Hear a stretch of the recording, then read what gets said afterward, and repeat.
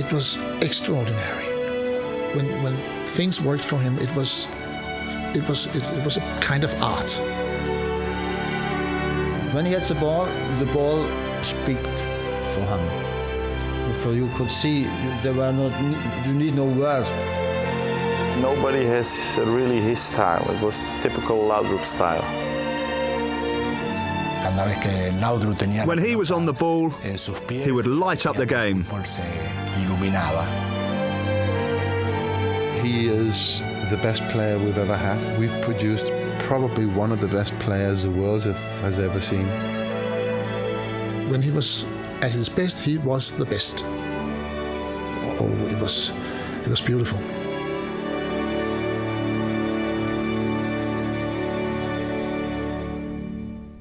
Well, I'm not going to say that I grew up with him, but I grew up playing against him.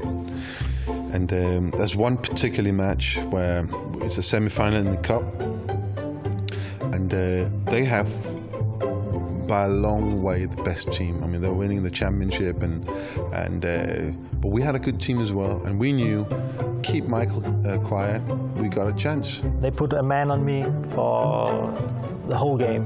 2-0 up, we're cruising, and the guy that man marks him gets injured. And then in the end I scored 2 goals and 1 assist, so we won 3-2. Pass the ball to someone and then goal. He always remembered that game because they were so close to going to the cup final, and in the end he said, Peter, yeah, I'm sorry.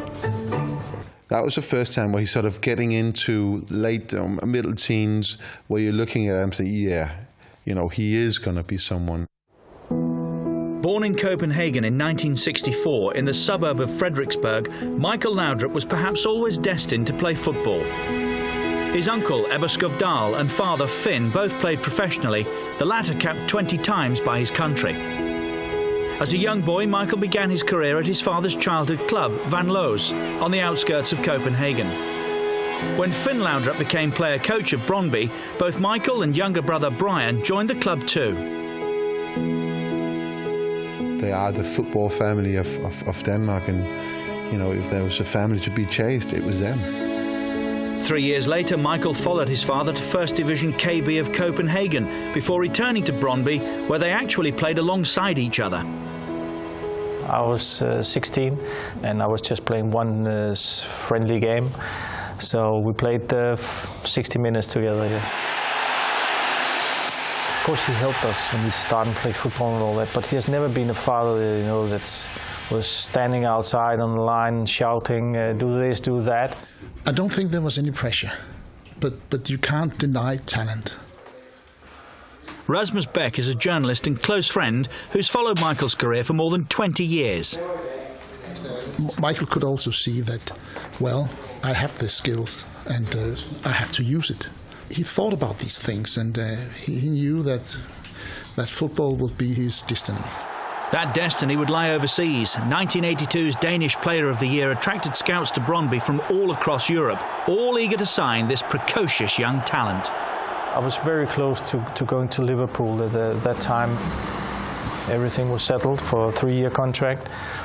And then suddenly they called us and they said, everything is okay, what we agreed about, but instead of 3, it has to be for 4 years.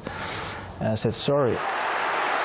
I think at that time Liverpool was maybe one of the top 3 teams in Europe. So they thought, well, this young Dane, he will come call us back and say, of course I will come. But I didn't, and 2 weeks later I signed for Juventus. Laudrup proved to be his own man, but it was Rome rather than Turin that became his home for the next 2 seasons. Due to the restrictions on foreigners at that time in Europe, Laudrup was loaned to Lazio. Juventus fooled him. They made this contract with him, but they did not tell him that they actually had plans of placing him in Lazio. That was a surprise for him. Well, they didn't care if you were 19 or 32, playing 3 World Cups or just moved from your mom and dad at home. The first year was very good and very useful for me. I learned so much the first year.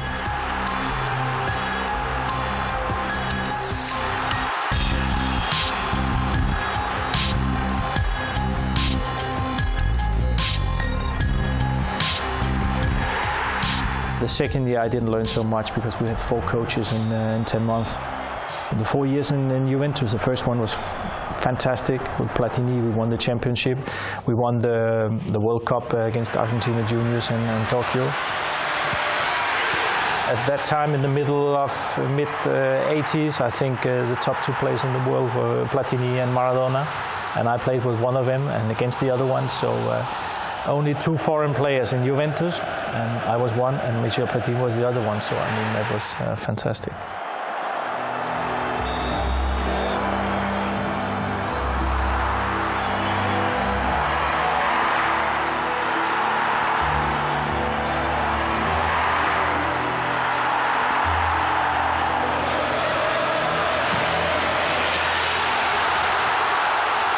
But after those 6 years, 4 in Juventus, I thought, well, now I have to move on. I had to make a new experience because otherwise I will get stuck here. And I think 6 years in Italy was enough for me. If you shall say something that will be a picture of his career, it's the timing. Not only on the field, but also in choosing clubs.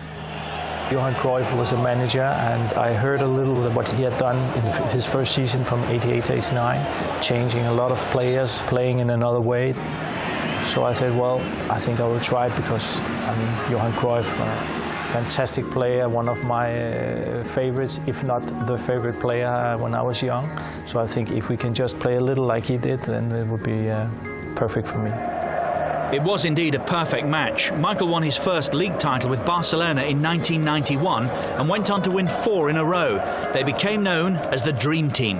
Well, that's just a word, but I think we played some very good football, and I think most of all we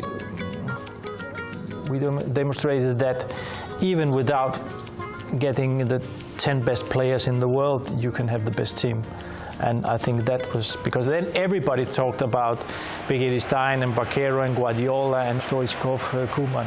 But when we started there, none of us were the best players in the world. But then we became maybe the best team together with AC Milan in that period.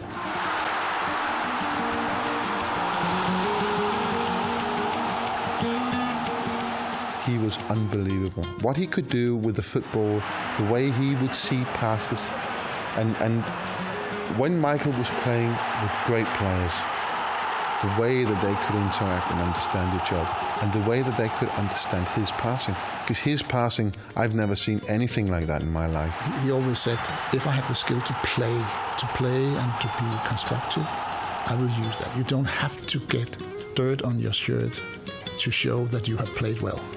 I think if you see him, it's a natural gift. You know, it's like when he has the ball, it's like also like a snake. You know, he just like a slalom skier. It's fantastic. It's so smooth what he does.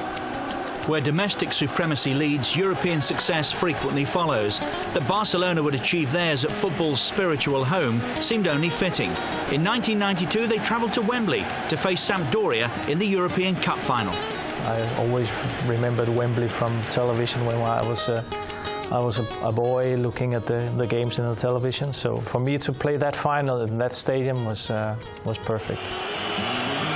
Ronald Koeman's trademark free kick finally brought the European Cup to Barcelona for the first time in their history.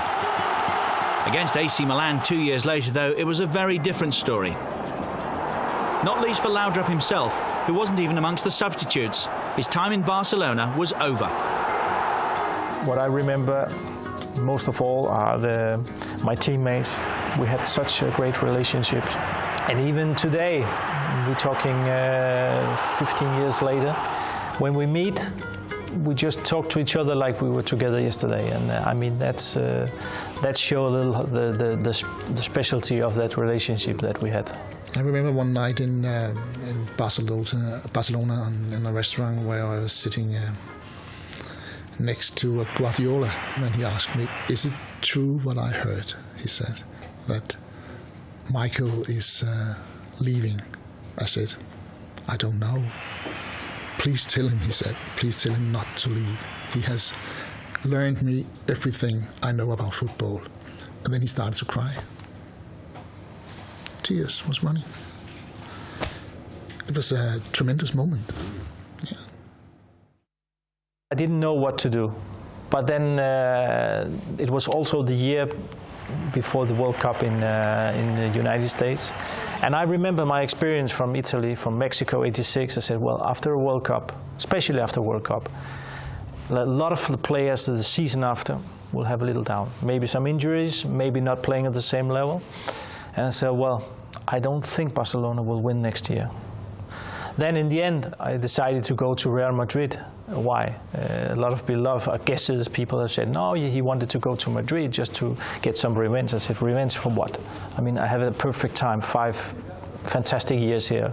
Why should I do that? No, I went to Real Madrid because they were so hungry to win. They only had 4 or 5 players who were going to the World Cup. I said, this would be perfect. New coach, new players, hungry to win. I went there and we won the championship.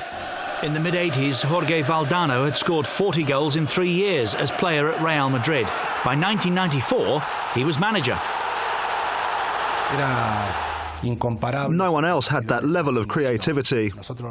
We needed him because of his star quality to seduce the Madrid public after 4 years of the Dream Team.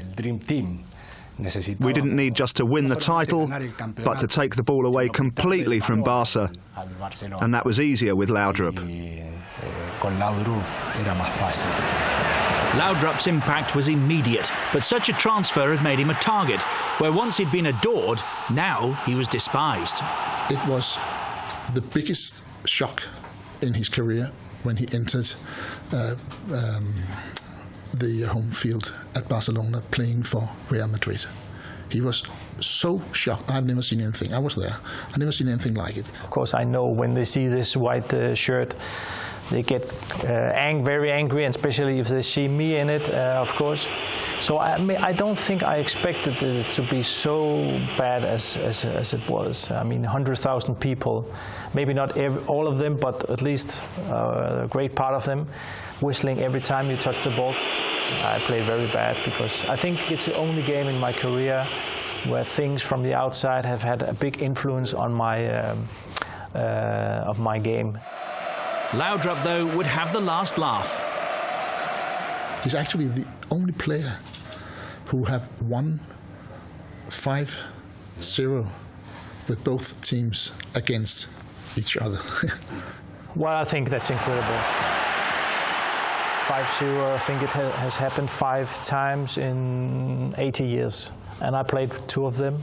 And on the good side, both times, I think in 12 months.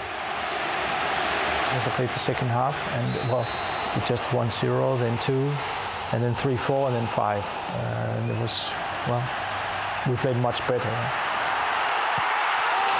And then the other one with Madrid, of course, even 2 months before that game, they already started the press, the players, all this year, not winning 5-0, but we have to give them back. We have to win that game, and we played so. We could have won, I think.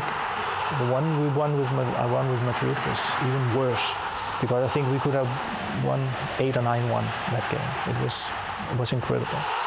Last year I was in the airport in Denmark, and I was standing there waiting for some families, and there was a Spanish family coming in the Copenhagen airport, and they just said the man said to his son, "Well, can you take a picture? You know who this is?"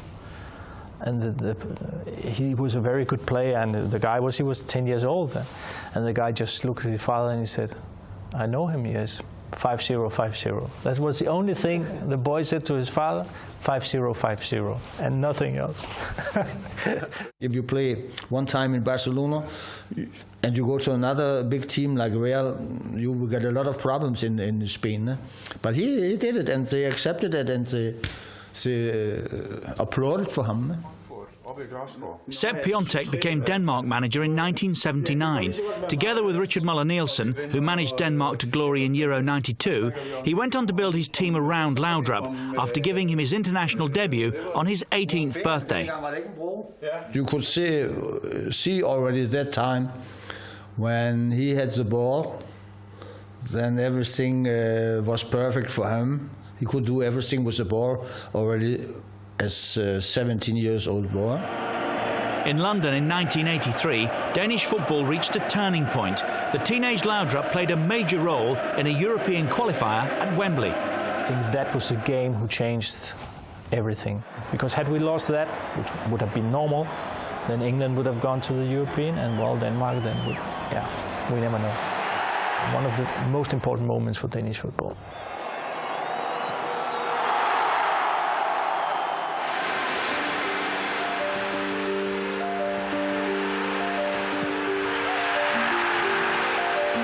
Denmark impressed in France and went on to reach the semi-finals of the European Championships, where only a penalty shootout could separate them from Spain. The Danes were eliminated, but their stock was rising. They arrived in Mexico in 1986, eager to take their part in their first ever World Cup finals. Confidence was soaring, the team highly rated, and the fans were in good voice. Michael was by now accustomed to close attention on and off the pitch, and during a World Cup it would be closer still, not least as next up it was Uruguay. Self-preservation was the order of the day. At that time I was playing in Italy, and I mean the best defenders in the world, so I was used to it. And I remember that Sepp told me, and to Frank Andersen and Elke, I said, "Oh, they are hard guys."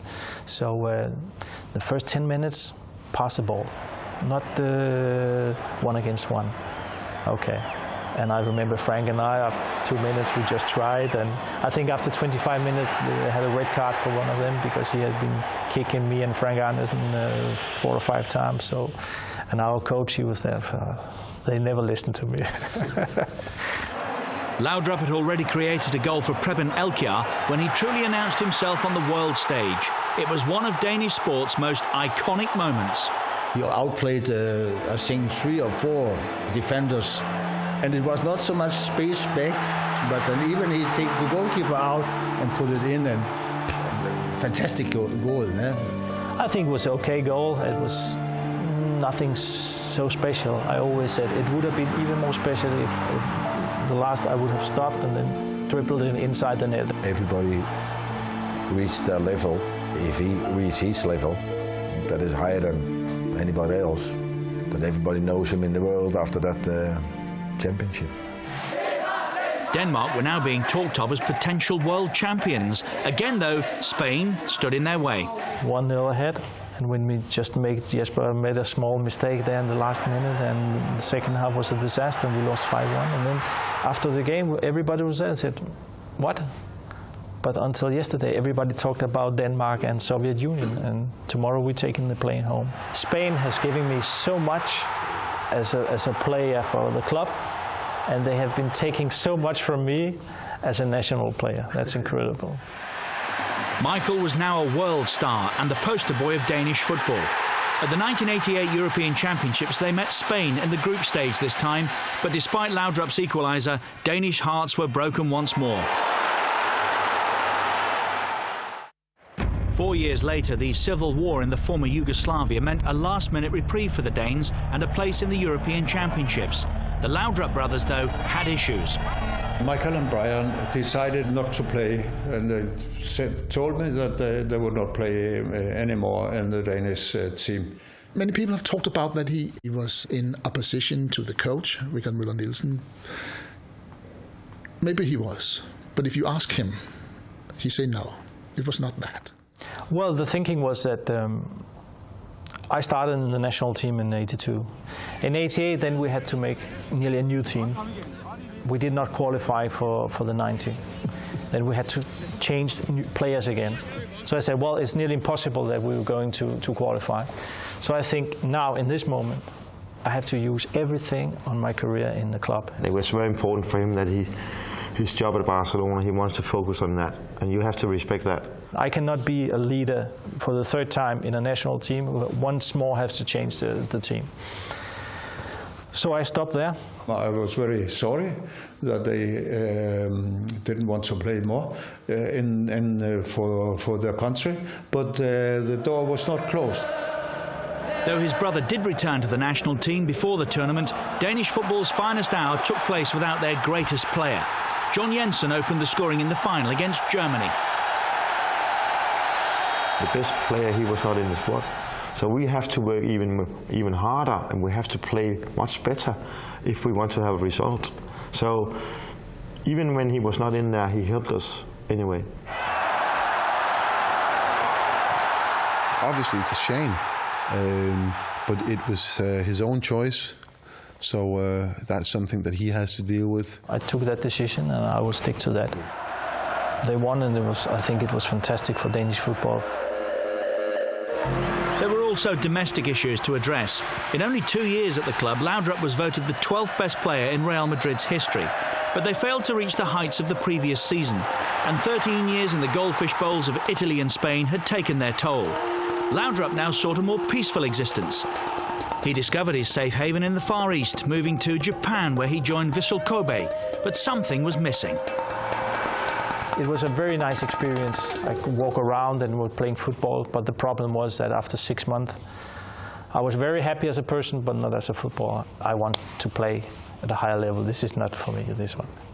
Then my ex-teammate Morten Olsen called me. He was going to Ajax, and he said, Michael, hey, can you come here? And when we played like this, and I said, well, that could be a very good place, because Dutch football is not the same level as Italy and Spain, but it's still good, and Ajax is perfect. So I went there, and well, we won the championship with 17 points margin, and we won the cup final 5-0 against PSV. So what else could I have been asking for at the club level? Laudrup's international career had also run its course, as he announced he would retire immediately after the World Cup in France. That World Cup in '98 was very special for me, because as I knew that I didn't have to think about the season after and if injuries, and I just have to enjoy it. Of course, to do 100%, but I knew that when I had been playing the last game, it was over. Against Nigeria, we played fantastic football, and 15 minutes into the second half, 4-0. Everybody was saying, what's up here? And then my last game, playing against Brazil. So I think the end of my career was fantastic. It couldn't have been better. It truly was the end of an era. Younger brother Brian scored in the 3-2 defeat by Brazil, but he too called time on his international career. I never think we have been arguing during a game. To be playing with my brother has been so special for me, you know, because he does a lot of things I do, and the other way around. So sometimes it's like looking in a mirror and said, well, I don't have the ball. He has. So that it has been a little strange way to see another player doing the same things like you do, and well, it's nice when it's your brother. In 2000, Laudrup once again answered the call from Morten Olsen, this time to assist with the national team, before taking sole charge of former club Brøndby, whom he led to the League and Cup double in 2005. He was honoured by the club with the opening of the Michael Laudrup Lounge, a corporate suite dedicated to Brøndby's finest ever player. He went on to manage Spanish side Getafe for a season before taking up the reins at Spartak Moscow. But it was on the pitch where Laudrup truly made his mark, and he'll always be remembered as Denmark's finest footballing export. He told me a story once about a back he was playing against. He took him around the field so many times. This back went up to Michael and said, my coach had said to me that I have to remove you from the field. So can we make a deal? Don't make a fool of me in the second half, and I won't kick you. That's a deal. He was like a chess player, and his touch with the ball, his passes with the ball. He was at that stage. He was maybe the best in the world. I was an individual player, but I always did it in function for the team. What is best for the team is best for me, not the way around. Michael Laudrup played the game differently from anyone else. Superlatives such as genius and indescribable have been showered upon him, from Raúl to Romario, from Cruyff to Maradona. There is no doubt he is one of football's greatest. I think if you make a book, it's very difficult to have a better ending than mine. If I cannot become world champion, then to play my last game with the national team as a captain against Brazil in a quarterfinal. That's not so bad. Huh?